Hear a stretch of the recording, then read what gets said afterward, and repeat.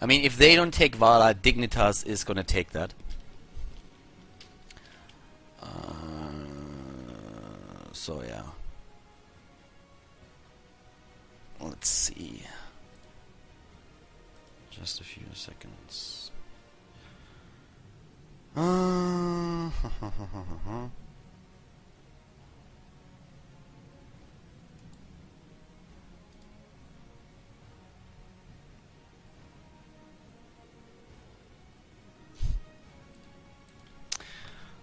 Alright, so there's Zagara, as we already expected, and still, if they, I mean, the thing is, if you go into Vala as well, then you have suddenly triple damage coming in, so that's always a bit weird. So there would be 3 damage dealers all of a sudden that you have to somehow keep alive, and of course that's going to be a bit tricky. Zagara gives you a lot of map vision, that's great utility pick too, but it's all about the damage as well. With a hunter-killer talent they can get into play, and all of those things, so yeah, it's going to be interesting to see how exactly they're going to run that. They could even use a Tacita here as compensation for it. Maybe even that Diablo setup for Apocalypse into for more into Apocalypse, which they've been doing quite a bit. Let's see.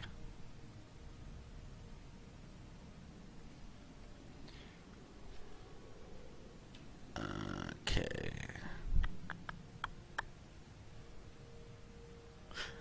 Well, Furion first. I mean, you can go more into Entangling Roots as well if you hit it properly. So that kind of works. For Dignitas, Dignitas is going to pick Vala, aren't they? They can really go... they can go for... Yeah, they can go for Vala right now. They could go ETC here.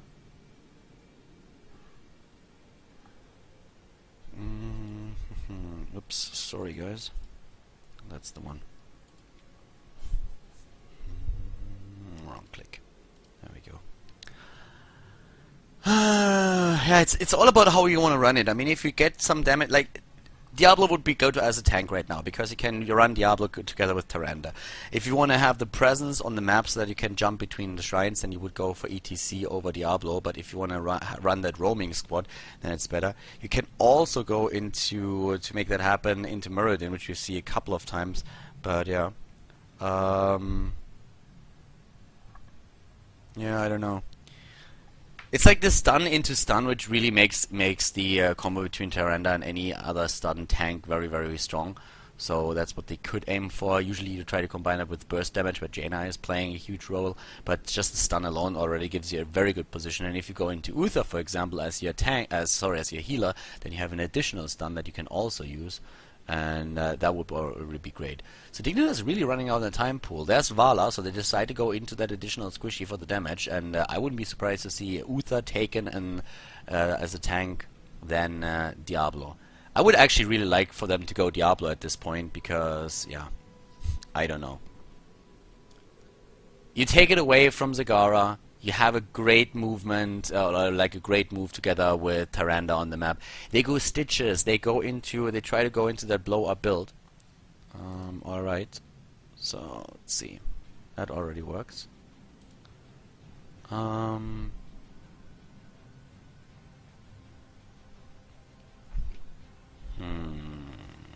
see.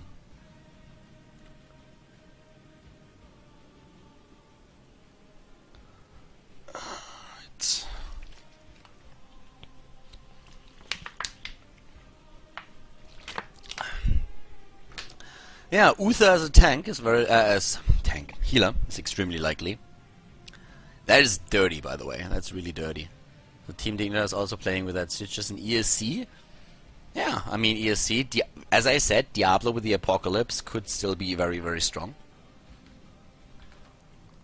Zeratul as well, and there's Diablo. Wow, more Prison and Apocalypse, and now we see Uther. This is going to be the Uther pick. Isn't it? I suppose Brightwing would be cool to like jump between the shrines, but there's no mobility on ESC either, so you don't really need to. And Uther has that additional stun that you kind of want to have, and also is great to keep the squishies alive in the back. So I would say like that would make the most sense.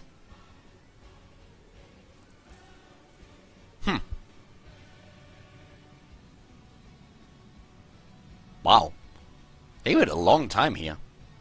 I mean, the tank for ESC makes sense after Dignitas didn't take it. Makes a lot of sense for them to go for Diablo. That was the reason why I thought that Dignitas would take it away, because they can also combo Diablo. And they take it away from the ESC composition. But right now we're having Stitches again.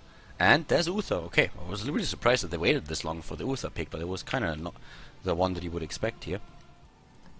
So, let's see. Okay, so the European ranking on Stormcraft.com, we have...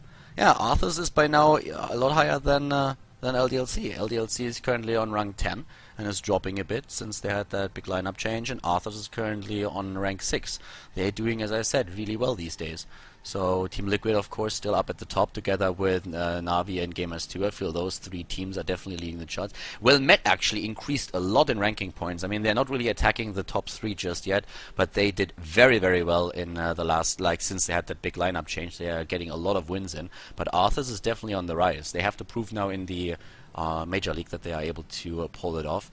Nihilum also in a pretty good position. Like, these teams are really, really starting to do some work, and a few of the teams that we had on the top for a long time now are starting to drop a bit, especially one of them being LDLC, and this is of course not helping them either. Okay guys, so game is starting, so let's jump into the game. Yeah, quick shout out by the way to ZP who just hosted us, so welcome to all of the all of the viewers from ZP stream that just came over. We're casting a tournament right now. We are in the round of, in the quarterfinal actually, and this is the match between between Dignitas and ESC Gaming that we're casting now. And after that we're going into Team Arthur's game. Arthur's will play against Navi, and that's the match that we want to cast next. So in case that you guys are interested. So yeah, welcome to the stream. Hope that you enjoy the show. And thanks to ZP again. Apparently also Nomi hosted me earlier, which I didn't even see in chat, so my apologies for that. But also welcome to all of Nomi's viewers, and thanks again to him too. So yeah, going into the game, Dragonshire is our map, and this is still a best of 1.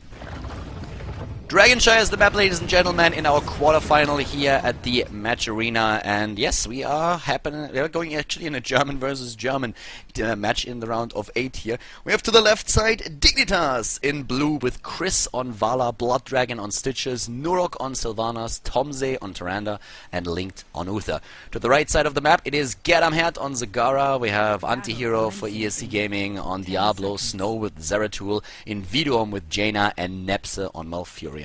Once again, a Stitches composition. It's really starting to make a bit of a comeback that we are seeing Stitches with that with those blow-up builds, especially of course when you run that old good chestnut combination here with Stitches, Tyrande, and then even Uther. In this case, we don't have Jaina for the burst damage, but Vala and Sylvanas are pretty happy to supply that damage if needed. We're seeing ESC Gaming with Diablo not only able to combine his Apocalypse with the Void Prison, but also with Maw, both of them being run in this team. And the one thing that, of course, ESC is kind of famous for is their Zagara movements. Oh ho! Yeah, that was really a bit of a bad coordination here on the side of Dignitas. Apparently, Linked and Tomze didn't really coordinate their stuns well. That could have been the first blood for them, but we saw Uther stunning first and Tomze expecting Diablo to move away a bit and try and get the stun in, and not really successful with that. Tomze, by the way, is replacing Sailors. Like, Sailors left the team just some time ago, and Dignitas already announced that they were going to try out new players, and Tomze is the one that they played the weekend tournaments with, and apparently, like, he's still their favorite to take the spot and being like a full part, like a fixed part of the lineup. So we have the tri-lane at the top. Gedamhert is already getting his creep spread in, and that's of course exactly what they're doing with the Zagara basically every single time that they play the hero. We're gonna see Sylvanas trying to use the Haunting Wave to get rid of those as fast as she can to make sure that the control that ESC is establishing at the top lane, or is trying to establish at the top lane, is not going to be too bad. There comes the hook. This time they get one stun in and the second one too. But still, there's a lot of damage on Invidium, and Link is already slammed into the ground as Nepse starts to rotate in, but Snow is getting very low on Zeratul. So both of the teams have a lot of burst damage in those fights. And as you can see, we have a multi-shot build this time for Vala. In the last few games, most of the time we had a right-click build actually. But Chris usually adjusting with, on level 4, him going for Manticore instead, which I personally like, and I play the same variation these days when I play Vala, just because Arsenal doesn't really feel all that strong anymore after Battle Momentum was lost. You don't get as many multi-shots in as you as you want, and you mainly take the range on a composite arrow on level 1 for multi-shot so that you can combo it with a frost shot on 13, which still gives you amazing control in fights and also allows you to chase opponents. Talking about chasing, Norok getting taken out. Yes, they get him, but Malfurion at the bot lane was eliminated too. So both of the teams find themselves in a very similar situation now, as we're having at the bot lane currently nobody soaking experience for ESC, and at the top lane just a rotation from Linked. We have an adjustment, by the way, that I didn't really see coming. It is the puncturing arrow here on the side of Chris. So look at that. It's actually interesting to see that the range increase and also the increase in the numbers that the arrow hits. I guess if you're really spamming your spells, this even beats Manticore in terms of damage. So cool to see that he experiments with even more talents now to take on that particular level. Chris needs to vault away though, and I think he's in trouble here. Yes, gets blown away. Oh, that 3-man stun, 3-man stun though, very well done. But yeah, this is already a fast-paced game with 2 kills against 1 in favor of ESC in the second shrine that they're getting, which allows them to take maybe even a Dragonite in the mid game, in the mid lane now, because Linked is already banned out. Oh, Snow is gonna get that, isn't he? Oh yeah, he's gonna get it. That owl was just a bit too late and also soaked up by Invidium. So all of a sudden, ESC is taking that first Dragonite to the top lane, trying to break through those structures. In regards to the level 4 talents, we're having still Envenomed Spines taken on the side of Get Amhead, and he's probably going to go into the Endless Creep on level 7. I'm curious to see if we see battle momentum this time again for Tyrande, or if it is going to be that stun range increase. There's the level 7 talent already for ESC, and they're an entire level ahead already, pushing the bot lane with 3 heroes. Only Tomze is trying to push them back for now, but it's of course all about the top wall broken, the tower is dead, Snow rotating to the mid lane now, trying to get the next set here. Endless Creep already taken on Zagara with the battle momentum on Diablo after the amplified healing on level 4. Soul Feast, by the way, not Devil's Due taken. Soul Feast still with standard talent on Diablo, but every now and then you see Devil's Due taken instead, especially as Gay is these days still playing the talent on the hero. So for Jaina, we're having Frostbitten on 7, Deep Chill on 1, and on Malfurion it is now the Enduring Growth. But ESC is really starting to put some work in here. Dignitas, I don't want to say that they're struggling, but they're definitely falling behind and need to be careful here, because level 10 of course is going to be the big test. Right now it's follow through in this case, and still the searing attacks on Vala. So really just a massive damage build on Vala, and I kind of like the thought process behind it. At first, if you are used to the multi-shot build, you probably look at that and you're saying like, well, that doesn't have a lot of synergy. But the synergy really is between the composite arrow and the level 13 talent when you go for Frost Shot, and everything else is just designed to get more damage in against targets. Tenderizer, of course, on the sustain build Stitches for Blood Dragon, who's running Amplified Healing and Chew Your Food as 1 and 4 talents. We're having them trying to deep push the lanes now, because ESC with their map control that they established earlier are just roaming from one camp to another, taking Siege Giants, Bruiser camps, just taking everything here. Tyrande went into Lunar Blaze over battle momentum, which we saw in, I think, one of the games before Taken. I think it was the game on Sky Temple where the talent was chosen. So, a few adjustments still. Down to the bottom lane, as you can see currently, we're having another camp taken. This is just this control that was established by ESC earlier, and they are going to hit level 10 with that. Blood Dragon could go for a hook. Oh, there comes already the root. Ooh, the timing might not work out here. The timing might not work out at all, but they don't have the heroes there fast enough, and the level 10 talent hits just in time. So for Dignitas, there wasn't really a chance to contest that. So very good timing for ESC, and they have now Void Prison, Maw, and Apocalypse. 3 talents that combo extremely well, especially of course with Apocalypse here, and that could be brutal. Tranquility on Malfurion and Water Elemental for Jaina for the control in the fights, especially the slow of course being very, very strong. You never really see the alternative talent on Jaina here, the Circle of Frost. Is not something that you really want to play. You kind of can do it, I suppose, but you need to have a perfect setup for that, and so far I don't really know of any competitive team, at least in the European scene, that ever played the talent. We are only seeing the Water Elemental, and it's just an easy talent to use in those fights, and it gives you a whole lot of pressure against individual heroes. You can chase them down too. And talking about pressure, that Dragon Knight over here, the second one for the team, is going to do a whole lot of work. Dragon Knight already starting to move in, and still no level 10 talent for Dignitas, and this is really bad news for them. I mean, they're getting it now, but that was one of the main reasons why they couldn't really contest the Dragon Knight, because they knew that if they wanted to fight here, they would be taken apart, like completely annihilated. So now we have Gorge being used. Interesting. They really try to isolate targets now. I guess it makes sense considering that they are so far behind already to try and just be that team that relies a lot of hooks and plays passive. But Putrid Bile is the standard talent in most of the cases. Divine Shield, Starfall, Rain of Vengeance and the Wailing Arrow, the talents for Team Dignitas on level 10. But they're losing the fort at the bot lane. Link is trying to move in, but yeah, he's not going to be there in time, not at all. They're trying to isolate one Blood Dragon, not even hooking. Even if they get the hook, I mean, what are they going to do with it? There was very little room to take an hero down, so they didn't go for that. We're having anti-hero moving into the mid lane now. There was already some pressure executed by Zagara. Level 12 versus 10, and Zeratul at the top lane. He took the Dragonite. Snow is now back to business. They're moving back down, and here comes the attempt to gorge somebody, but Blood Dragon gets immediately being attacked. I really love that Rain of Vengeance. A good combo, though, with Apocalypse, and they steal the camp away, but they lose the Gara. Very squishy hero, of course. Oh my god, that setup. That 4-5-man Void Prism, and the Blizzard is hitting twice and takes down Stitches immediately, and Norok doesn't get away either. Snow jumps in and takes Chris on Vala out. Tomze is in trouble. Everybody dying here. They should get Tyrande too, and yeah, they just charge in and take him. That started so well for them when Zagara died, but then the 5-man Void Prison, and that's just way too much.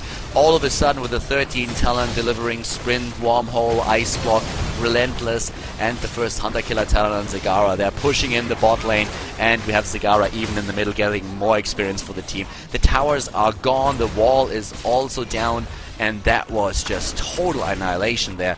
Didn't even need the Apocalypse. Just imagine what would have happened there if Apocalypse would have still been on the board. We had Diablo used it a bit earlier because it was already a fight in a very close space, so that Apocalypse hit like very well. But the problem still was that they didn't really have the damage at this point to really make anything out of it. But then later on with the Void Prison, that was just all that they needed there. Very well done. That was brutal. But this Snow eating one of the owls, but that doesn't really matter, of course. Level 14 versus 12. 7 kills against 2 right now. And we're seeing ESC just controlling this game. The shrines are going to be up in another 15 seconds. And I actually doubt that by that time we're going to see the 13 talent for Dignitas. So it's going to be tricky for them to really fight for those shrines, at least at first. And they're going to hit 13 in just a bit. And so far, Get 'em Head on Zagara is very much alone at the top lane. So you can't really do anything here against 3 heroes. But Snow is already waiting, and the rest of the team is rotating in. They're really trying to set that up. Is there going to be another Void Prism? They have the cooldown ready. Chris with the Rain of Vengeance, the Void Prism with 4 heroes. But Diablo is caught in it too, so he can't use Apocalypse. No combo potential here for them, and a good Wailing Arrow already pushed Jaina back. But Get 'em Head taken out, and Dignitas, they have the 13 talent. Frost Shot already taken. The rest of the team is starting to take their talents too, with the Shrink Ray and the Overflowing Light coming into play. But at least ESC is able to disengage. That worked for them, as we have Dignitas now actually in a position where they could potentially take the Dragonite with another 20 seconds on Zagara if they rotate here. I mean, probably not with Zeratul always having the opportunity. Oh my god, Ling taking the wrong path. He doesn't have the Divine Shield. He had Divine Shield. Wow. Why didn't he take it? Why didn't he use Divine Shield to keep himself alive? Looks like he was just a bit too slow. Maybe he just didn't have time enough. He healed himself once, but that looked very much like he just didn't have the time to keep himself alive here. Tomze on Tyrande is now dying. Blood Dragon was trying to go for the hook, but it is again ESC who are aiming for a Dragonite, and at this point they're having 9 kills, nearly level 16 by the way, on 13 next to the talents that I already mentioned earlier. We're having now on Sylvanas Spell Shield. We talked about the talent of the last game that they played on Tomb of the Spider Queen. Makes a lot of sense, but it looks like it's going to be the next Dragonite for ESC. And that is a 16, first of all, it's a Dragonite at 11 minutes into the game, so these boys are starting to do a bit more damage. And at the same time, it's level 16 for them with Imposing Present, the Hunter Killer talent number 2 on Zagara. We're having the double bombs on Zeratul and Tenacious Roots on Malfurion. So this is getting a bit more tricky for Dignitas to deal with. Those 16 talents are no joke, and that could potentially even mean keep. I mean, I guess not. They're playing it passive right now. They don't fully YOLO in. They wait for the wave first to soak up the shots of the for the fort, but they take the fort out pretty easily. Blood Dragon, of course, can always land one of those hooks and then use the Gorge to bring the target behind the wall. That could work. The Dragon Knight actually positioning itself every single time that it's between the Stitch's hook and the rest of his team. That's already well done. Actually a bit surprised that they didn't try to play more aggressive with that. I mean, they de-push the lanes now. At the bot lane, there was a Siege Shine camp that executed a lot of pressure. We had at the top lane Snow soaking some experience. They are nearly 3 level ahead. I guess make that 2.5. That's 17 against 14 when it comes to stats. So, yeah. Looking at the damage, by the way, we have currently Siege Damage 55,000 on Vala compared to the 81,000 that we're seeing for Jaina, which of course is able to get those. Oh, Norok! Had to be. Oh, they get the 3-man. Oh, Apocalypse! Oh, Norok dead. That Maw not hitting anything was way too late, but Nurok dying, and then that setup with the Void Prison, Tranquility negating all the damage that the Starfall could do, and the Rain of Vengeance there earlier. So in this case, yeah, that didn't really work out for Dignitas either. They are struggling a lot. I mean, they are trying to just get some kind of foothold in the game, but every single time they get a kill, it feels like it already disappears. Didn't get the stun setup. The coordination is off now too. This is one of those things where you just fall into that trap where things spiral out of your control, then you start making, I don't want to say bad calls, because it's not really the problem of the calls, but it's just the communication in the team that ESC didn't really happen the way that they wanted to. That was already the case at the beginning when Blood Dragon, Tomzy and Link didn't really execute their stuns well when they could have had the first blood. But in that last fight when Gorge was used by Blood Dragon, even though Tomzy and Link were both ready for a stun, that happened too, so they could have maybe gotten a kill there. Against Diablo, I suppose it's a bit unlikely with the setup that we are seeing there for their opponents, but still, a move like that might bring you back in the game, and they really need to somehow get the kill in, and it's not going to be easy at all. I mean, at this point, we're having 16 not even available to them. It's going to hit any second now, especially with Vala having some experience in the mid lane too. But yeah, it's tricky. It's really tricky. For ESC, it's a great game. I mean, they are currently on level 18. They are taking just like every single camp on the map that they can. They have pressure on all of the lanes. The top lane is pushing with the Bruiser camp. The bot lane now too. That just forces Dignitas into a position where they need to defend, and it makes it difficult for them to go for the shrines now. 16 talent is there with a fishing hook, with Blood for Blood. We have the True Shot aura together with Benediction. That's at least putting some additional heal into their hands. But it is, at this point, just a backdoor attempt, or not even a backdoor, just a push against the keep, and they burst it down. They just burst the keep down and move back 3 level advantage. The stats are crazy for them. And here's again the Void Prison. They can disengage if they want. They go for Apocalypse instead, getting the stuns in. Oh, there's the Gorge. Nurok is low, and the Maw, a triple Maw behind. Uther dead, Stitch is dead, and now the rest of the team rooted by Malfury, and there's so much combo potential. The Tenacious Roots together with the Maw setup are just amazing, or if you get the Void Prison, like either way it works. And there's the GG well played, as Dignitas already says, well, this game is over. We won't be able to advance to the semifinals today. Great job by ESC Gaming, amazing play by them, really well done. So congratulations to Team ESC Gaming taking down Dignitas on Dragonshire here at the Matcharena #1.